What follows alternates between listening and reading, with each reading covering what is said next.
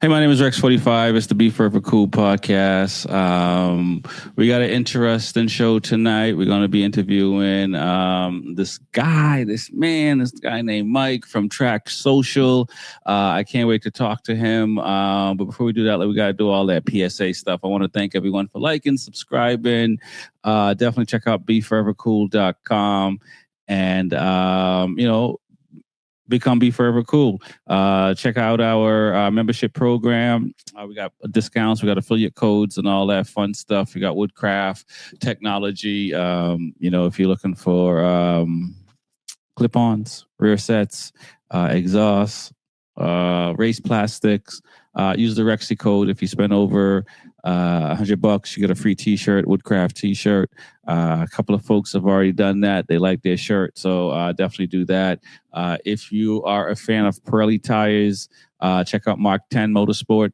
Mention B4evaKool. You get 10% off Pirelli race slicks. You gotta save money, especially you got a big bike. You save some money. If you buy pretty much 9 tires, you get 1 free. It's how 10% work, I think, something to that effect. So, which is pretty good, man, especially if you're on a big bike and you claim you're fast, you're going to be burning through tires. So if you're only using 1 tire for a weekend, well, somebody's going to question what you're doing. That's it for the PSA. Let's check in with Louis. Louis, man, welcome to the show. What's good? How you doing tonight, man? Hey, what's going on, man? Long, interesting weekend. Lots of things going on. Super busy. This weekend, super busy again. Next weekend, super busy again. Weekend after that, super busy again. But super psyched to be on the show today. And I think we're doing it twice this week. We're doing this special event, and then we're having our regular recap, which I can't wait for the recap because so much happened this weekend in racing. It was such a interesting weekend. Oh yeah. I might have some clips to play of, things that happened that was said in the past that we might be questioned after this past weekend. It's hard not to talk about it too, but we're gonna do our very best. So I guess with that, with no further ado, let's bring in Mike. Mike, welcome to the show from Track Social. How you doing, man, tonight? Hey guys, thank you for having me. Big honor, big pleasure. Big fans of what you guys are doing and been following for a while. Never thought I'd be here doing what I'm doing, but excited to be here talking to you. Hey, listen, it's I feel the same way. I pinch myself at times. This show was a 5-minute segment on another show I did in Boston. So it's like you come up with an idea, man, you get in trouble. That's all I can say. From your mouth to God's ears, man. That's exactly where we've landed ourselves with all this. All right, well, let's talk about it, man. What is Track Social? I like the name. Feels like it's a gathering of all the folks that like track life. But let's hear about it, man. How did it come about, and what is it all about? I got to be honest. It was never supposed to be what it is now. So me and all the guys I've met, we've been in each other's weddings. We talk all the time. We have our group chats. I've known Louis since Bergen Honda days, man. And it's funny where life leads you, especially when it comes to motorsports, right? It brings a commonality. It brings a community together. Some of my closest friends, we met at the track, riding on the track. You come into, off some good laps and you say, oh man, that was some good riding, right? Yeah. Where you pitted? All right, let's go out next session. And all of a sudden you exchange numbers, you're doing track days together. And a big portion of my group of friends that I'm with now, that's how we met.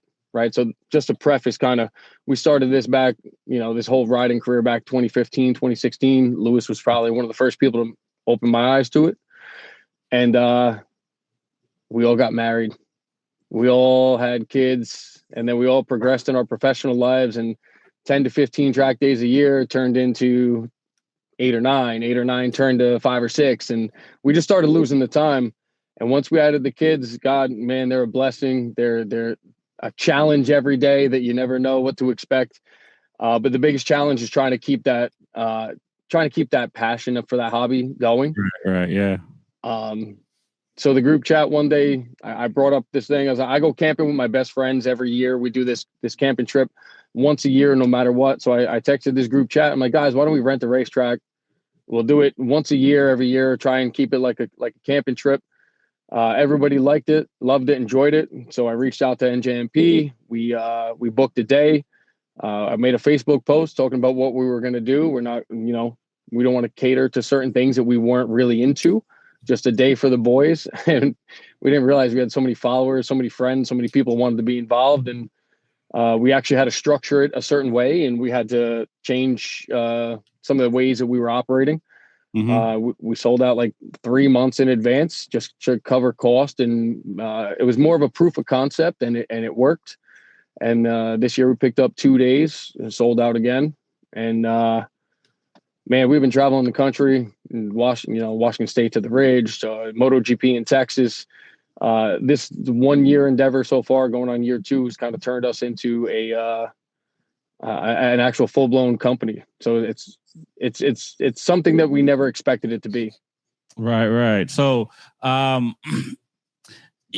so this started last year, and what was outside of, I've tried that with friends. As I hear you talk about it, it's just kind of like, you might be talking about my life a little bit. I was racing a lot, now I'm racing a little bit less, and I only did 2 races. And I have friends that I'm trying to, convince, let's go do some enduro races, so at least we can connect, once a year or twice a year and stuff like that. Were you shocked that there were so many people that were looking for this kind of opportunity where they can get to the track in a way that's not the traditional way? Because it sounds like, there's rules in place that, you got to have certain skill set and certain things. Were you shocked by that, amount of interest? I would say yes in the beginning, solely because again, it was supposed to be a small day, small cap, open track event.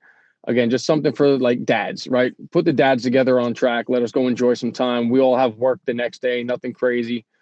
And the way that it grew organically and naturally, one post at a time, one message at a time, one phone call, one text message. Hey, can so-and-so come?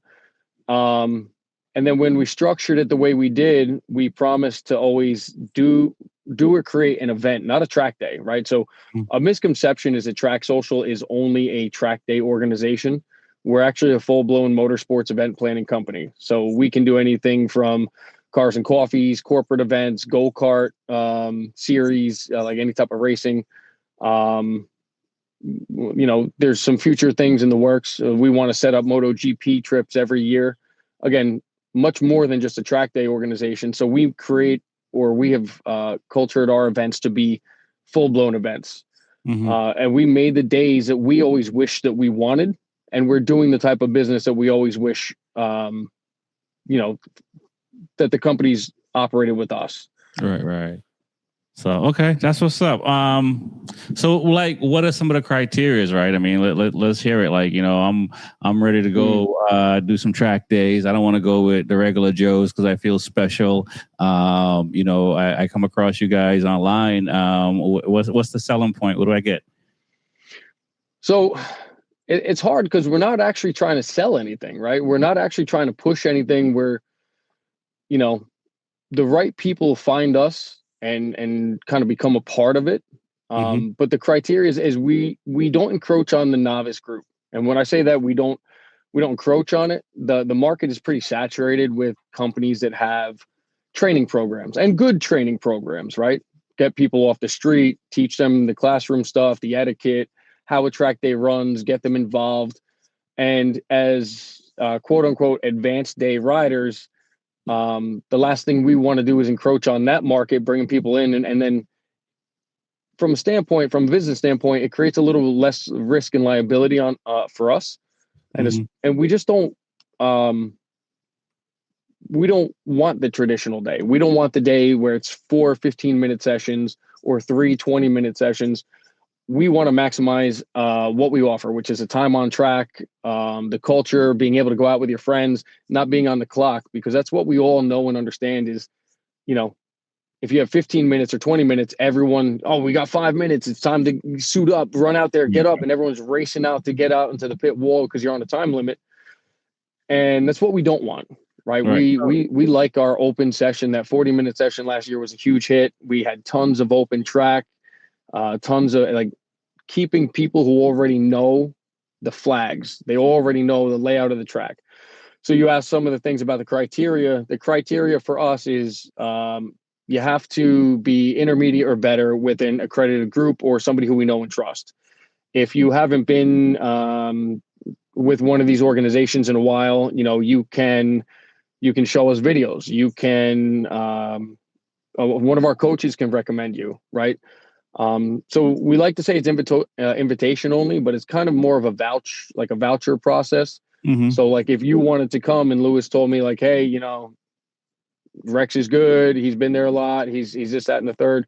We would take you in, right? We have an application process on the website. Where if you go to the track-social.com, right on the front page is an application, and the application has your name, your contact information, who if you know somebody, who you've ridden with, what your skill level is, because what we're trying to do is minimize the amount of people. I don't want to say random people, but we don't want ill-willed people or certain riders to come into this organization to kind of discredit it. So what we do is we make sure that if you say you're intermediate or advanced, that right below it, you can list who you've ridden with and that is in fact your skill level. So there's a vetting process that you've kind of set in place to be able to make sure that the people that come have a certain skill level, or at least even maybe have already an existing relationship with somebody. Yeah, we do the best of our ability. So some of the criteria and some of these are give and take is it can't be your first time at NJMP, right? Now we do know other riders who are expert level racers, expert level at other tracks. They heard about us, they want to come out. We will take them in, guys who have, the track etiquette, the knowledge, the experience. And we'll take them in and we'll make sure that they ride with the coach or somebody of that same similar pace in order to get them acclimated to the track. So some of the criteria I don't want to say is mandatory, but we definitely don't do novice. You definitely have to know somebody. This year alone, when I was at NJMP, we had a rider come up to the tent, introduce himself. We talked a lot. We had a really good conversation, and that was enough for him to actually get an invitation because he said he wanted to come. He just didn't know anybody, but he just met us. Right. You just met the founders. So we like to say invitation only because we will reach out to people who are recommended to us. If you reach out to us, we will try to vet you that you know somebody, and then we will definitely vet that you belong in that group. And this year we've really refined a lot of the procedures we have in place to kind of keep it as safe and to hold us as accountable as possible. Right. And so now, is this more like a membership, more like, if you're recommended or somehow we find out about it and we meet all the criteria, we get in, we say it's more like an event. So is it, are you planning like cars and coffee or bikes and coffee, these kind of things? Yep. So we do at least one cars and coffee every year right now. It's funny because it's, in the second year we've done it, we have the biggest setup. We have the biggest turnout. We have guys trailering their track bikes to the cars and coffee to put them on display. Just the other day, we were invited to a grassroots event out in Hoboken, New Jersey. It was a great event. Tons of high-end cars, clientele, a lot of really good people. And we have the interest for the car community, the car world, to host some car events of that magnitude. So when I say events, an event normally has more than just that small participation, right?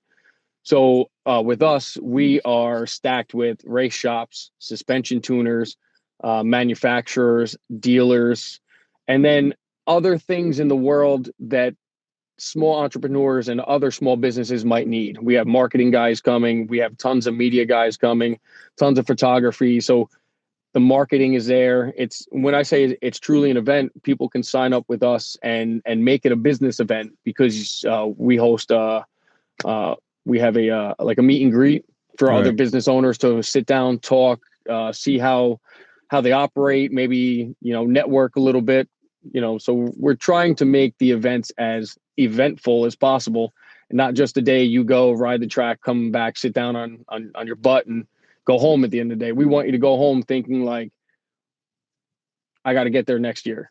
Right. Okay. That's what's up, man. I like that. Now I guess, how do people connect with you? Is it social media? Is it a website? Is it like do referrals from other people? How does that happen? Got to be honest, it's all of it. So the best part about us and the way we're operating is everybody who's coming to this event, I know the name, I know the information. We're doing all the vetting, and we keep it small, right? So we're not trying to sell 120 rider spots. We cap the day at 90 riders total.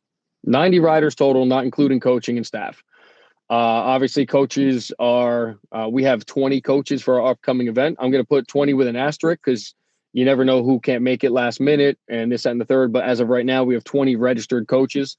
With us, we don't use intermediate coaches to instruct intermediates. We use, again, another vetting process, guys who are expert level or better, been around for a while. That's another thing that we're looking to refine in the future is really kind of keeping our credibility high and keeping our standards the same. So again, when we say event, it's a full-blown, full-scale event. We've been working on this, last year we had August 25th. We've been working on it since August 27th. I took a day off. Wow. Man, this is pretty cool. Yeah. So what do you do? Like at your event last year, I know you had some things that are definitely different than your typical track day. Like you had a lot more vendors out, and they weren't just vendors that were selling you tires or doing suspension. Like you had a lot of value adds. Let's put it that way. What are you doing as far as that part of it? Because this is one of the things that we see at a lot of track days is, I don't want to disparage anybody, but, some track days feel like a meat grinder. You pay this much, you show up, here's the day, here's the flags, you do this, you do that, you go with your day, but there's nothing else that's going to captivate you. There's nothing else there that's going to really, there's no value adds. We just had an event this past weekend that we're going to speak about on another show, but, people were paying $600 for a garage on top of the $800 that they were paying just to get into the event. And it seems like a lot of money, other than the track time. Where's my value add? Like, what else are you doing to try to bring value to what people are investing in coming to your days? Yeah. So it's funny you mentioned that because it kind of piggybacks on what we were talking about before, like why we even came about, right? So me and the guys are a bunch of dads. We're a bunch of business professionals. We all have work the next day. You know how much time it takes to prep for a track day? You know how much time you spend loading the trailer, making sure you got your gear, making sure your bike's got tires, your oil's fresh, and your safety wired. Then you get down to the track. You got to set it all up again. It adds up, right? The cost of track days has gone up. The cost of rentals has gone up. So what we do is we make it as simple as possible. We pretty much tack on everything and anything that NJMP will offer us. We use all their corner workers. We use their tow services and everything. Like, listen, any organization can bring their own and set it up that way. We use the track. They know it. They know it best. We're not going to intervene. We're going to keep it as efficient as possible. But we always pay for the garages, the camping, and the electric, and that's included with everybody's purchase of the day. With those, garages, we do a first come, first serve basis. We have an online forum, our Facebook forum, where people can see what's readily available.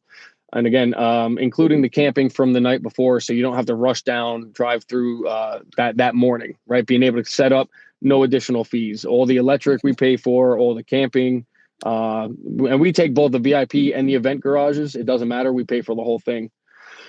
Small additives, right? We pay for the coffee. We have this company called Nice Day Moto. Super big fan of him. He's a great guy, huge motorsports enthusiast. He comes down in a sidecar and he provides coffee the entire morning, the entire day. He will be there all day serving coffee, and it's paid for by us on our dime.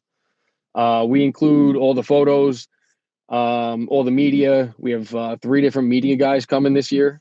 We have 3 different photographers. Again, asterisk on everything because last minute things can change. But leading up into the event, it's pretty much nothing we don't add in terms of what you get for your dollar. And we keep the pricing very, very competitive for what we offer, because we're not here to do anything. We want to keep this sport growing, and we can't outprice ourselves. We don't outprice the market, but we want to keep good people involved in this community. And sometimes it gets really expensive. So we try to keep it, we try to keep it relatively affordable for everybody as well. Gotcha. Now, this is something that you stumbled on by accident, or you just, I know you said you talked to the guys and decided to do it, but like, did you see that there was something missing in the space before you guys had this? When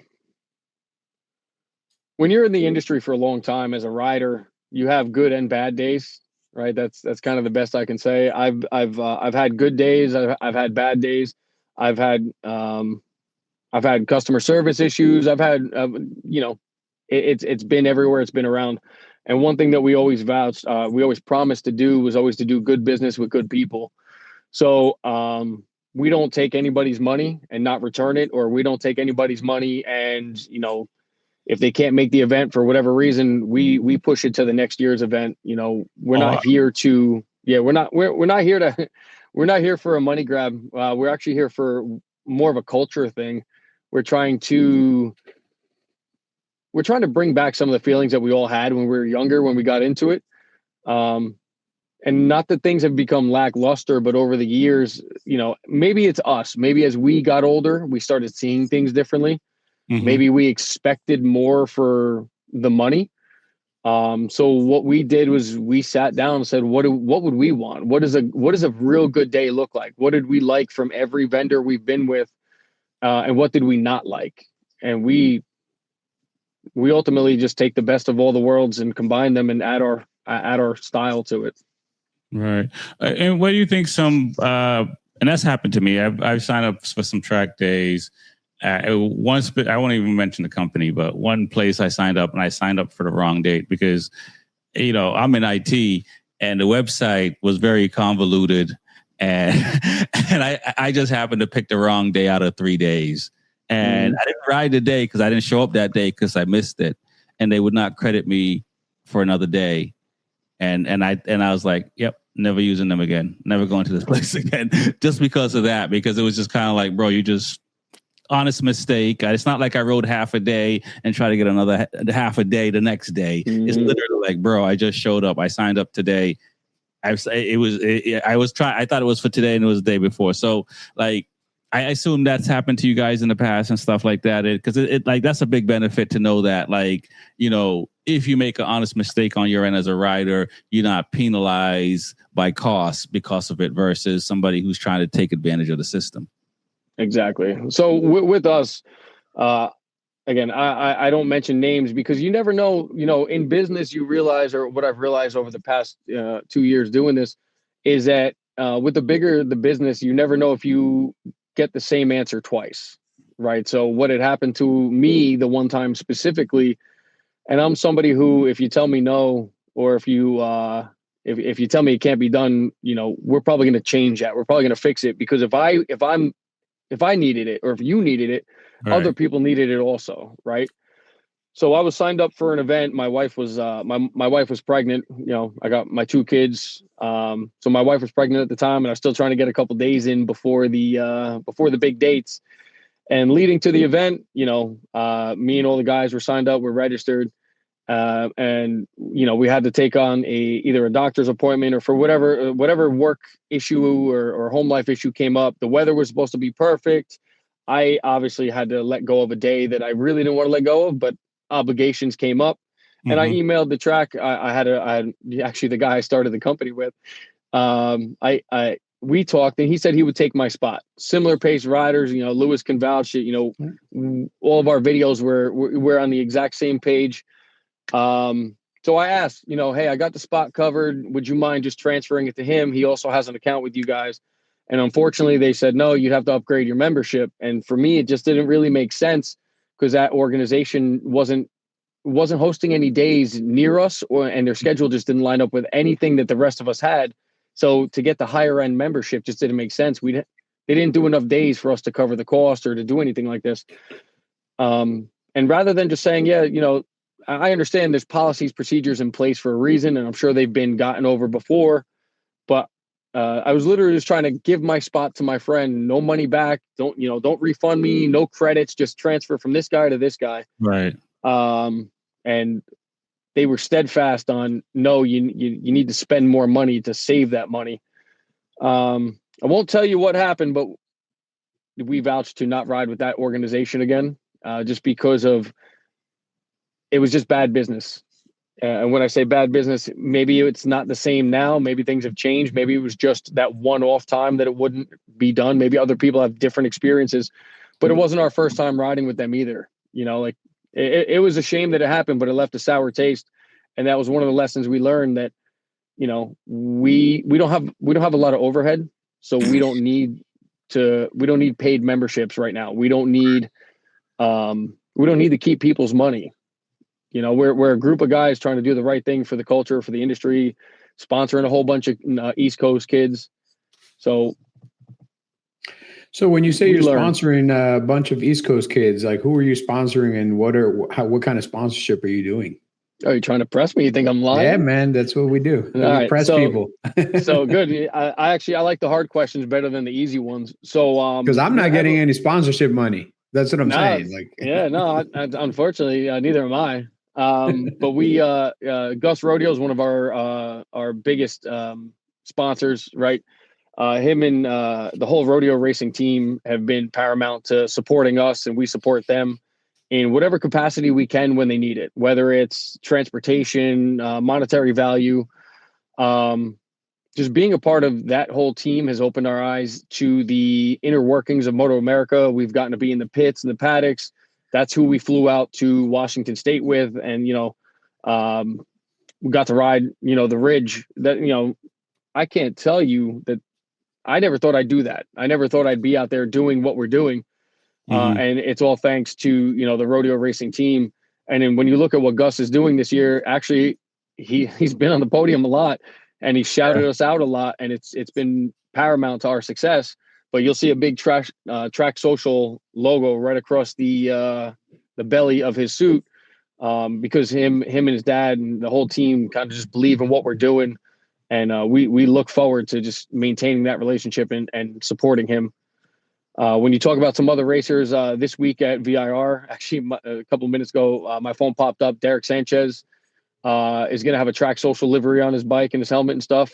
We've been trying to support him and get him. He's doing a great job this season, trying to get him to as much as we can with as much support as he can. You got Joe Lamandry and the Boss Racing team last year, and I know Joe's on the MP13 team now. Joe's all these guys are going to be at our event in August, and not just because they're coming to ride, but because as an organizer and a motorsports company, we do want to support the people from our area. We want to support the guys that, NJ Mini GP, where most of these guys came from. They all know each other. They train together. Right. All these companies are paramount to the future of racing, and especially these young guys. They are the future of these motorsports racing series. Gotcha. We got a couple more questions, and I'm sure Louis probably have as well. Now, you talk about, you mentioned that, seasoned riders, you're looking for intermediate riders or above, and then there's coaches involved. So is there like training involved in that process, or the coaches more involved just to kind of keep the herd in check? Like, what is the process like, as far as like, if I'm an intermediate guy and I'm trying to get a little bit better, but I don't, and I'm coming to this event, is there opportunities for like one-on-one coaching or 1-on-5 or 3 coaching? How does that work? Yep. So it's great that you asked, because I think back to the old Nesbitt days when they had control riders separate from coaches. Right. Like, I've talked to plenty of guys about this before in the past. Last year, we had a similar count, and we had a lot of guys come up and ask for a little bit of help. Right. So I don't want to say we put hard times on our groups, but we do try to take intermediate riders in that aren't just at a novice. Right. So we try to keep the groups within a 10-second gap. Because in New Jersey, if you give people a 10-second gap per lap, by the time most riders do 5 to 7 laps, that's then 7 laps in a session is kind of a lot. Right. They shouldn't. Yeah, it's a sprint race. They shouldn't really kind of meet each other if they're at similar paces within that 10-second gap.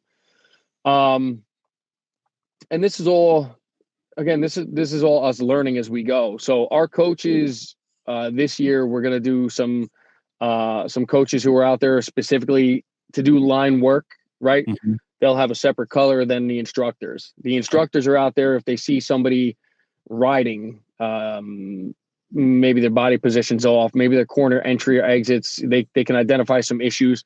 The instructors will be the ones to tap tails, go talk to the riders, pull them in, give them some constructive criticism. And then the control riders, they're pretty much going to be out there to give line work, show the line, show a pace, nothing that's going to be of the advanced pace to kind of reel people in and make them want to go faster. But just kind of to show what consistent laps are. And my goal, or our goal as a company this year, is to maybe put 3 guys out on track, split the track up into thirds, have them all run a similar pace so that they're never bunching up. And then we're working with a company called FP1 Laps. Not sure if you guys know about them. They're from the West Coast. We met the owner when we were out there. And what we're going to do is every bike is going to have an RFID chip sticker on the bike, and we will have access to live timing at all times. So what we're going to do is we're going to use that live timing as a training tool, not as a race series and not as a who's the best of the group, but more so as the coaches and instructors are sitting back in the background. If we look and we can identify where maybe some of the struggling riders or inconsistent riders are, we can single them out, get them that one-on-one coaching if they need it. Mm-hmm. Or if there's somebody really, really beating feet in that sessions, guys who are really at that, maybe pushing an advanced pace, being able to give them an evaluation without them knowing. Because what's the first thing that happens when a coach says, man, you're doing really good, we're going to evaluate you next time you go out. Okay, that's what's up. I like that. Everybody's going to push. They're going to push, and then that's when incidents happen. Yeah, well, it's just what happens when we get under the track. Some of us like to push. It's the only way to be. Louis, you got anything before I ask my last question? No, the only other thing, I see what you guys are doing. I see what you're putting together. I know that you're not just a motorcycle company. You're an events company that just happens to specialize in motorcycle events and track events. Do you see this growing? Like right now, obviously, it seems like NJMP is your home track. Do you have any plans on spreading this out? Because one of the things that I've always said is, it's great to have a good community at one track, but if you can get that community to travel with you to experiment other tracks, it actually is very beneficial to them as a whole, because being great at one track is one track. Do you think you can build a group that if you said, hey, I just rented Road Atlanta, how many of you are willing to drive down from New York and New Jersey to Road Atlanta? I think that would be a litmus test to see exactly how dedicated they are to the product that you're providing. Do you think you're getting to that point? When do you think you can get to that point? So just like we said before, this was never really supposed to be what it has turned into in terms of, we now have a merch store. We have merchandise. We're traveling the country, learning from other organizations and learning from other pro riders. And we have a lot of support from within the paddock and stuff. So we don't want to outrun ourselves, and we don't want to overgrow to the point where the quality is or what's expected of us diminishes for the sake of having quantity in track events or any type of motorsports event. So I think our goal is not to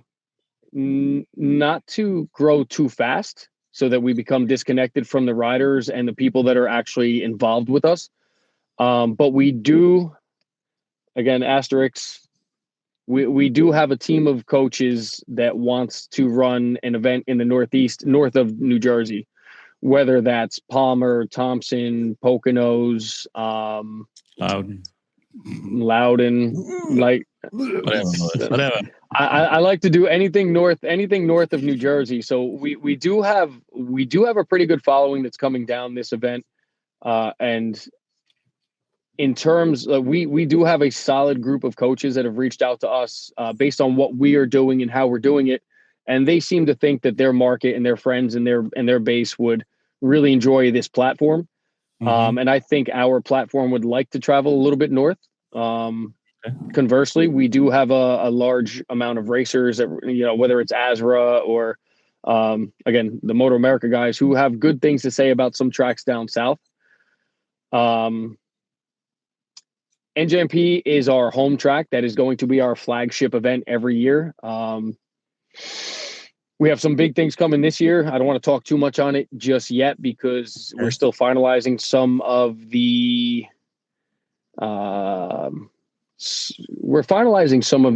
last minute agenda and sponsors and stuff. But you guys know when Moto America is in New Jersey? It's the end of September. Yeah, I think the last weekend in September.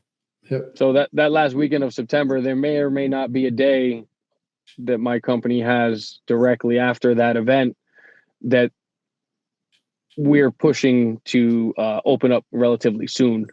Again, I'm not gonna put the date or the time or anything out there just yet, but that would add. Our goal was to grow one day or one event per year. This year we added the day, and now we picked up another one in the end of September. So again, we're just trying to not outgrow ourselves, to not be personable, to not have everybody there know who we are, what we're about, what we stand for, and to always do the good business with good people. So yes, we plan on growing. We plan on growing slowly and with the best interest of every rider that comes with us or comes to an event of ours, with their best interest in mind. I like that. Let me ask this. You talked about doing events like, going to MotoGP and stuff like that. And maybe it's too soon to think about this, but are you guys also thinking about doing track days outside of the country and stuff like that? Or is it just more MotoGP event? And I guess I should ask, are you thinking about MotoGP events outside of the country or in the US? So again, the beautiful part about why we designed this as an actual motorsports event planning company is because now we can do stuff like that. I actually just had a member or follower of ours reach out to me and talk about a cannonball run that's happening overseas. It's a week-long ride. I can't remember where it starts, but they end up in Madrid, Spain. It's the same weekend that F1 arrives there. I have the pricing, I have the breakdown, I have the necessities. We have this entire breakdown of how it would work. And that's the type of event that I want our people to have access to. Things that I never thought that I'd be able to do. We want people to have access to the bucket list items, the bucket list events, like how I just went to the Ridge. That was never a track I thought I'd be on. I will be going to that track every year that I can because it was a lot of fun. All right, let me know what you port I got to bring my Panigale to get it overseas, man. I'm ready. Listen, so again, we're working with a lot of transport companies.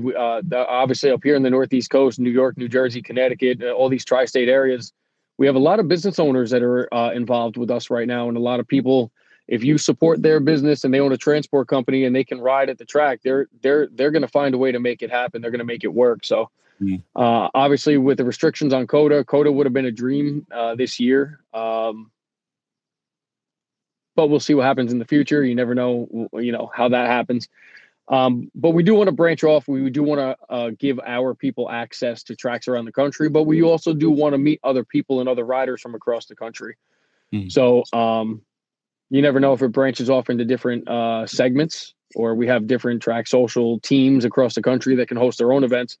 Our goal is, again, let's bring back some of the things that should be expected at events,